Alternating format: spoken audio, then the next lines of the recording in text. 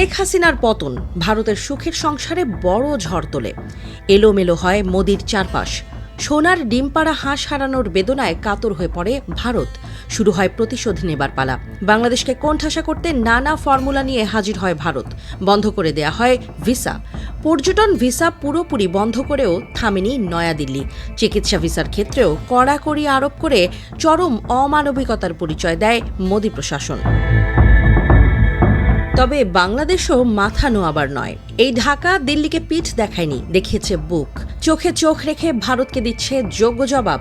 ভারতের কোনো অযৌক্তিক দাবি মানছে না বর্তমান বাংলাদেশ সরকার। এবার অন্তর্বর্তী সরকারের পররাষ্ট্র উপদেষ্টা মোহাম্মদ তৌহিদ হোসেন বলেছেন, ভিসা জটিলতা আমরা সৃষ্টি করিনি, ভারতকেই এই বিষয়ে সিদ্ধান্ত নিতে হবে। মঙ্গলবার পররাষ্ট্র মন্ত্রণালয়ে আয়োজিত সাংবাদিক ব্রিফিংয়ে এসব কথা বলেন তৌহিদ হোসেন। তিনি বলেছেন, ভারত যে কোনো কারণে হোক ভিসা বন্ধ রেখেছে। ভিসা দেয়া তাদের সার্বভৌম অধিকার। কোনো দেশ যদি কাউকে ভিসা না দেয় বা কোনো গোষ্ঠীকে ভিসা না দেয়, তাহলে কোনো প্রশ্ন তোলা যাবে না। আমরা আশা করব ভারত তাদের সিদ্ধান্ত জানাবে আমাদের। তৌহিদ হোসেন বলেন, ভারত নিয়ে প্রধান উপদেষ্টার বক্তব্য হল আমাদের অবস্থান। আমরা ভারতের সাথে ওয়ার্কিং রিলেশন চাই। ঢাকার এমন সিদ্ধান্তে ভারতের আরও বিপাক বাড়ছে। হাসিনাকে ক্ষমতায় ফেরাতে তারা চেয়েছিল বাংলাদেশকে মহাচাপে ফেলবে, ঢাকাকে বাধ্য করবে আপোস করতে। তবে এবার হচ্ছে উল্টোটা।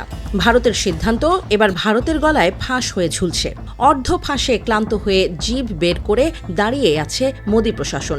এবার তাদের দম বন্ধ হওয়ার দশা। ভারতের সাধারণ মানুষও আছে বিপদে। তাদের অনেকেরই ব্যবসা বাণিজ্য ছিল বাংলাদেশি পর্যটক নির্ভর। ভারতের বেসরকারি চিকিৎসা খাতের একটা বড় অংশ টিকেই ছিল বাংলাদেশের ওপর ভর করে।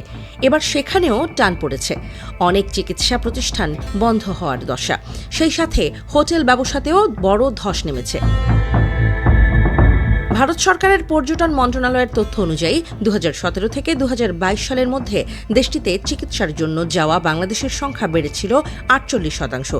এর মধ্য দিয়ে দেশটিতে চিকিৎসা পর্যটনে আসা মোট বিদেশির মধ্যে বাংলাদেশের হার ছিল 70%-এর কাছাকাছি। এই বৃদ্ধির ধারা অব্যাহত ছিল 2023 সালেও।